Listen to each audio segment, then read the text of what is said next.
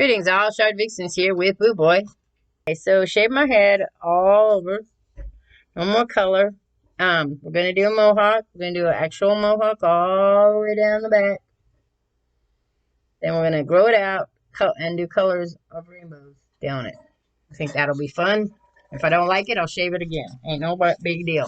Last time I shaved my head was 2014. Somewhere between 2014 and 2004. I probably shaved it 2 or 3 times. Shaved it, grew it out. When I started my master's degree in 2012, I think it was, around there, I shaved it and grew it out to a little flat top, more professionally looking. Left the sides, grew them out. Okay, so we are doing 50 of the greatest history mysteries. We left off on number 32. Number 32. That slurping in the background is Boo Boy. Now remember, all I do here is kind of read, chat about it, but for a more in-depth look, you're going to be checking out Brain Food. That's where I talk about these things. That's what it's called. The series, Brain Food. I'll probably be bouncing back and forth between these and something else. So you can always refer back here if there's a favorite. And you can say, when are you going to do this one? And then I'll tell you when I'm going to do it. Okay, number 32 is the lost city of Helig? Or Helig? Helig. The lost city of Helig. I think it goes that way instead. Okay, on a winter night in 33, maybe, let's try this again. On the winter night in 373 BC, an earthquake triggered tsunami swept over the ancient Greek city of Helig, submerging its buildings, inhabitants, and committing the once thriving city to the sea floor. For more than 2,000 years, all that was known of the lost city was through the works of the ancient writers like Pliny and Ovid. And over time, its exact location was lost. It wasn't until 2000 that the ruins of a classical building were discovered, almost half a mile inland on the site of an ancient lagoon. The ruins of Helig have revealed significant architectural finds, but there is still much to learn about this ancient city. Oak Island, number 31 is Oak Island Money Pit. Now, I was really into this, so I know a lot about Oak Island Money Pit. I think a lot of people were because it was during a time, it was considered a huge treasure hunt that people spent money on and could go see. On the south shore of Nova Scotia is an island that has frustrated centuries of treasure hunters who have flocked to a depression in its forest floor, about 13 feet in diameter, said to contain buried treasure. Since 1795, people have tunneled into the depression only to encounter a series of wooden barriers. At 90 feet, a large stone tablet was found, inscribed with strange symbols interpreted as 40 feet below 2 million pounds are buried. But no one has been able to dig further than 114 feet thanks to the continued flooding of the shaft. Is the pit a natural phenomenon, or does it really contain buried treasure? And I watched a guy for a while who went out there and did a lot of money spending and trying to do the whole part and dig and swim further down and stuff like that. And he didn't find nothing. In fact, he probably was the dude that found the tablet. But I'll have to check into it and see. I haven't been back to visit it since my kids were small. Okay, number 30, Dan Cooper. History's only unsolved plane hijacking took place on 24th November 1971 when a man identifying himself as Dan Cooper hijacked a Northwest Orient flight from Portland to Seattle, demanding $200,000 in ransom money. Upon landing in Seattle, the plane's 36 passengers were exchanged for the money and 4 parachutes, and Cooper,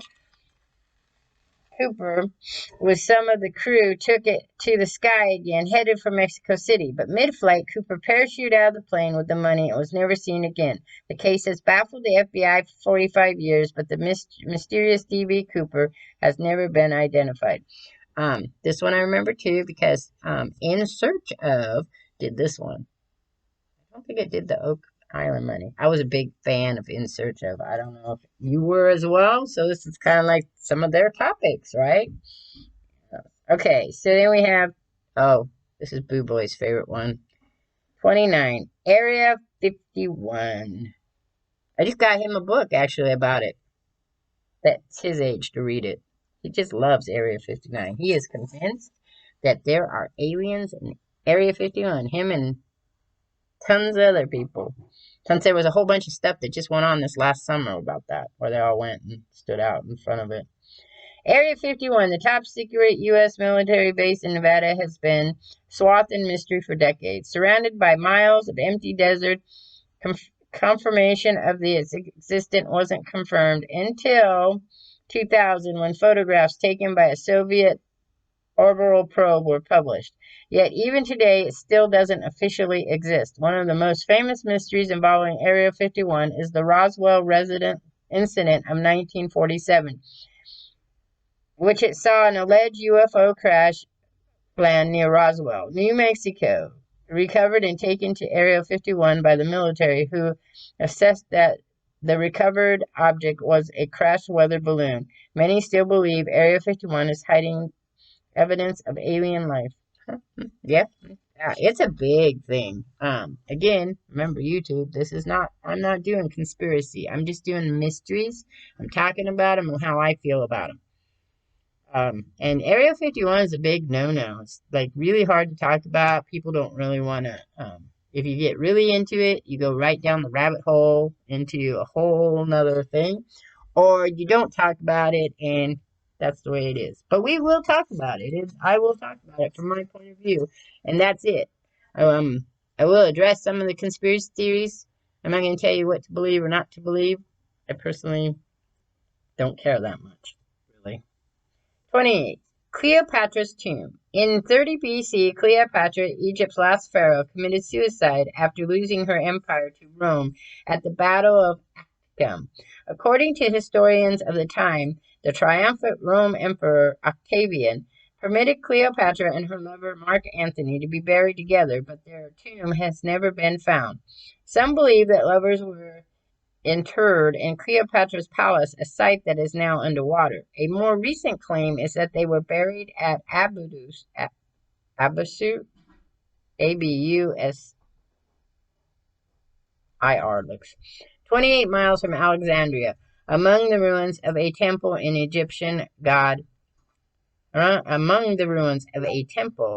to the Egyptian god Orius. Okay. 27. I don't know how that, so I guess it's a mystery because nobody knows where they're buried at.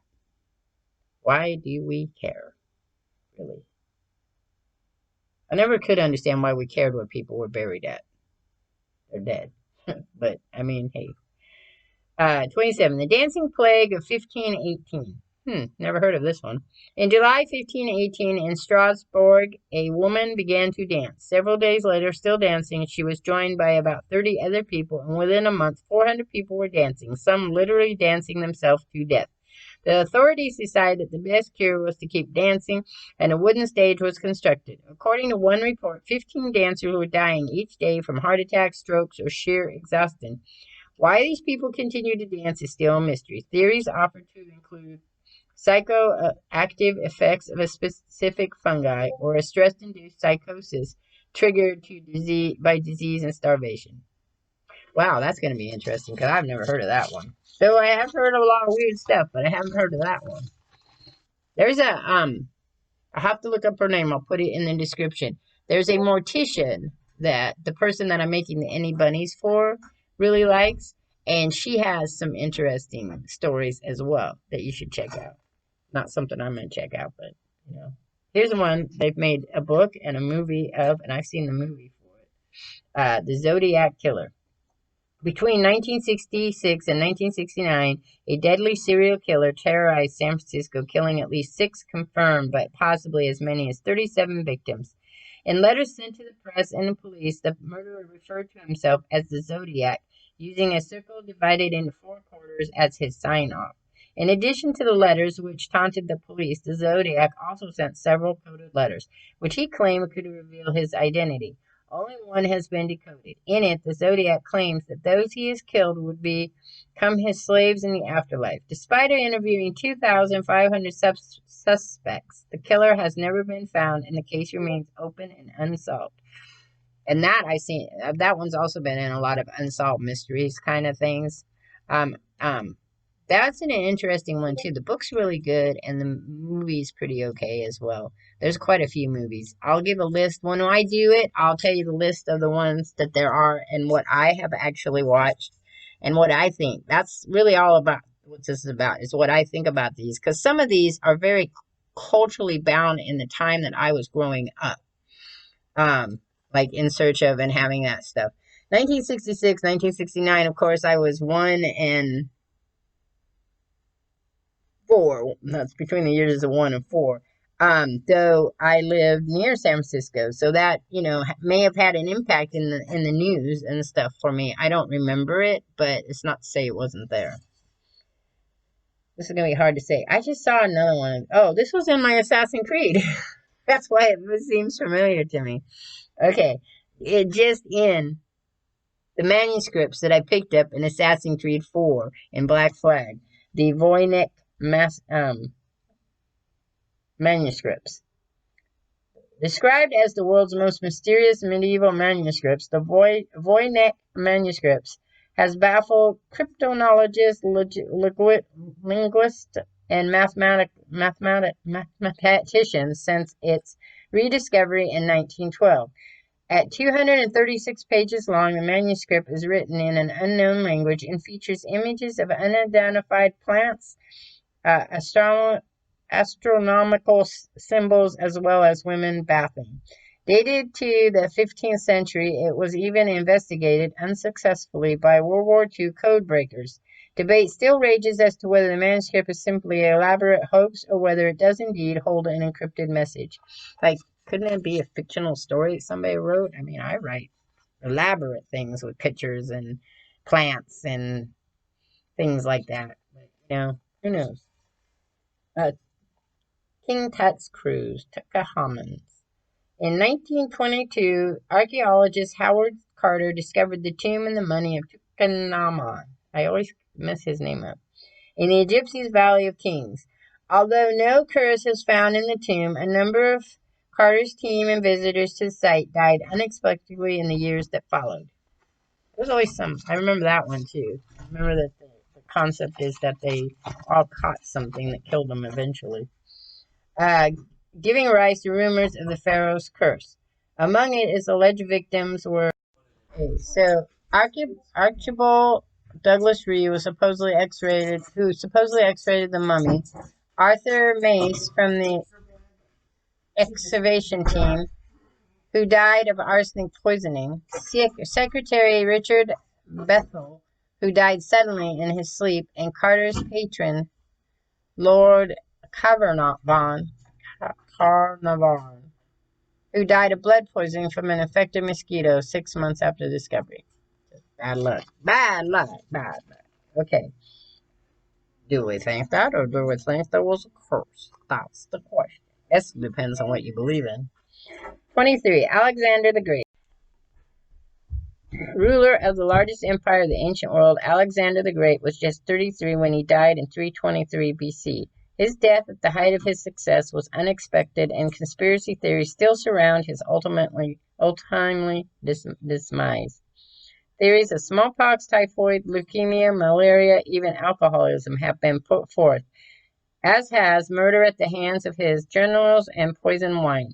The true cause of death will probably never be known, but after a fever of 12 days, the young leader could neither move nor speak and could only shift his eyes in farewell as his troops filed past.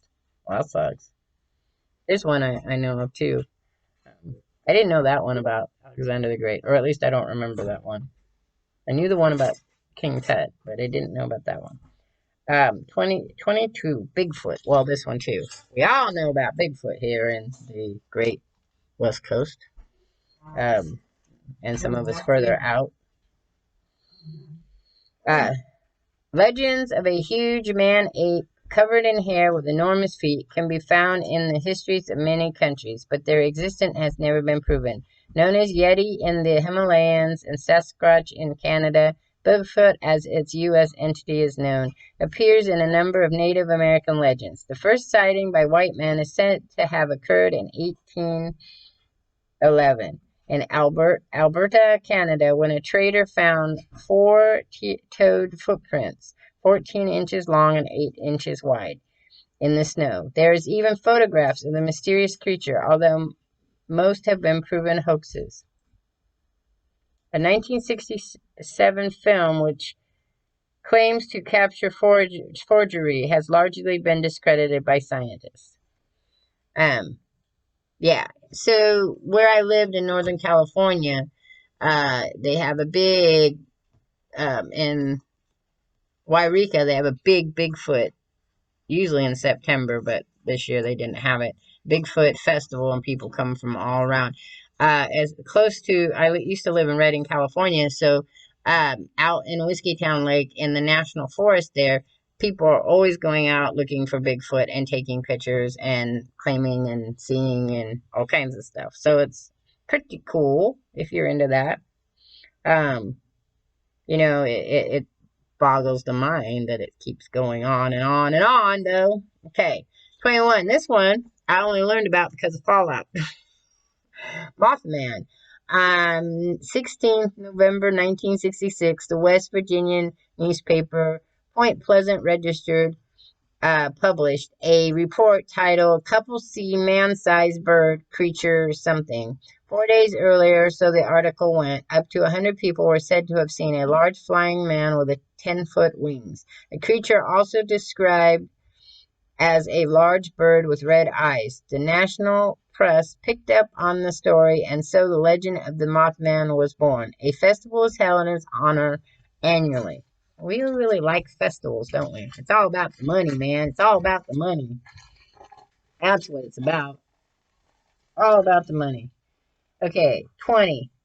Soloway Spaceman. On a sunny May day in 1964, Carlisle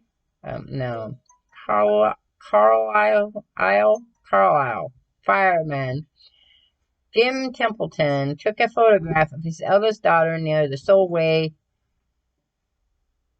Firth, a river estuary separating England and Scotland. But when the photograph was developed, a figure apparently dressed in a spacesuit could be seen behind her. The MOD were initially disinterested, but later that summer, two men claiming to be from the ministry asked to be taken to the site of the photograph before driving off. Who was the mysterious figure in the photograph?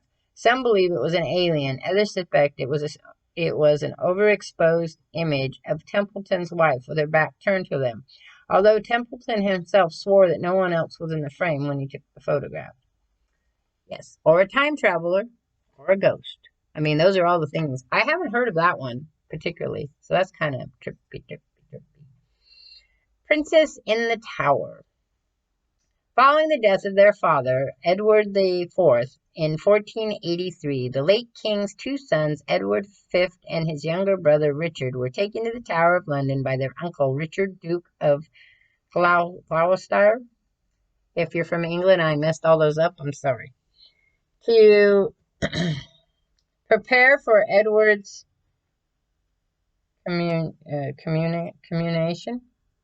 coronation, sorry. But instead of rejoining their family, Edward and Richard disappeared, seemingly without a trace, and their uncle Richard took the throne. The mystery of their disappearance has never been solved, although most believe they were murdered. Did Richard murder his nephews to secure the throne, and did the brothers escape? No direct evidence for their death exists, but in 1674, a workman at the tower dug up a small wooden box containing two small skeletons that were later buried in Westminster Abbey. But you'd think they'd pull them out and do a DNA test at this time. I'm always amazed with all the stuff we have for DNA testing that people don't want to know the end of some of these things. Like, who was those bodies belong to? The Devil's Footprints.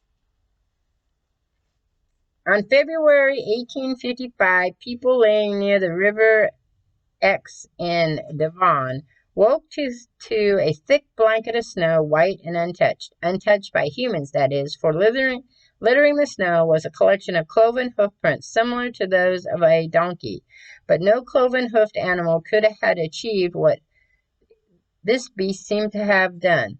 The footprints appeared to go through the haystacks and walls, across roads and over the river, and even up drain pipes. Locals began convinced the devil had visited them in the night looking for sinners, and many became afraid to leave their houses. Another theory is that an experimental balloon from Devonport Dockyard had trailed its mooring shackles across the area. Not everyone was convinced, though. That's just odd. Okay, I'm going to do, that was 18, 17. I'm going to do 17, 16. We're going to stop there and we'll start with 15. Mary Celeste. Okay, so I only learned about Mary Celeste because I was looking at ghost ships for the last one I did, which was about the ship, the German ship that everybody was dead on. One of the most famous maritime mysteries is that of Mary Celeste, a 282-ton brigantine that sailed from New York on November 7th, 1872, bound for Genoa, Italy, carrying 7 crew members as well as Captain Benjamin Briggs, his wife, and 2-year-old daughter. The ship was transporting a cargo of 1,701 barrels of American alcohol.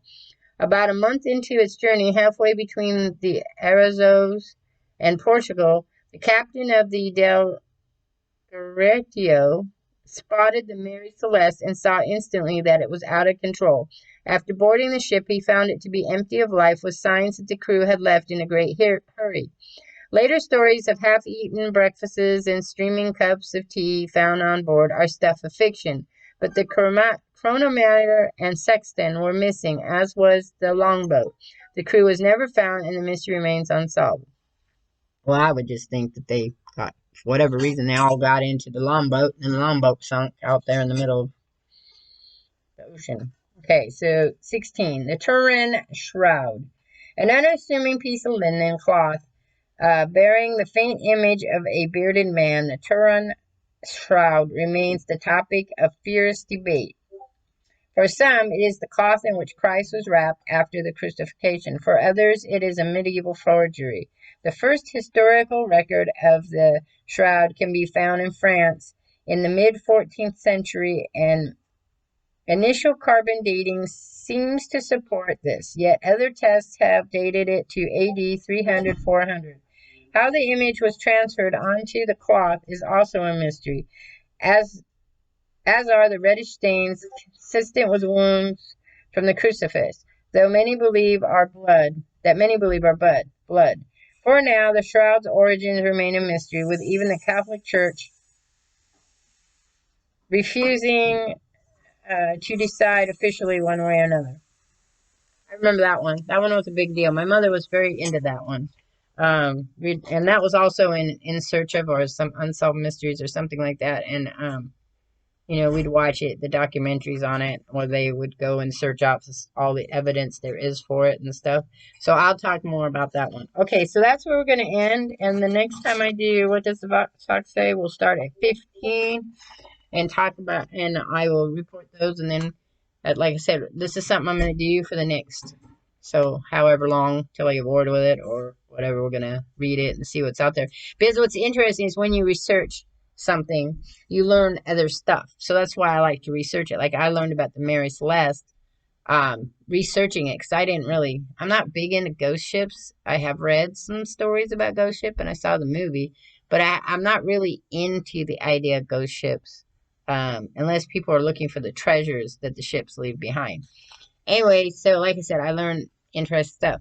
So next week, we're going to do the one that was, if you remember, it was, does the soul have a weight? And it's really a kind of an interesting topic because it's more of a philosophical topic and based on the scientific stuff of what I've learned. Anyway, pretty soon this will grow out and we'll start having just these little pieces of hair. It's going to look funny. Anyway, catch you all on the flip side. I'm out of here. Peace. I got me a mouse for my laptop. I'm excited. Things that make me excited are so odd. Have a great weekend.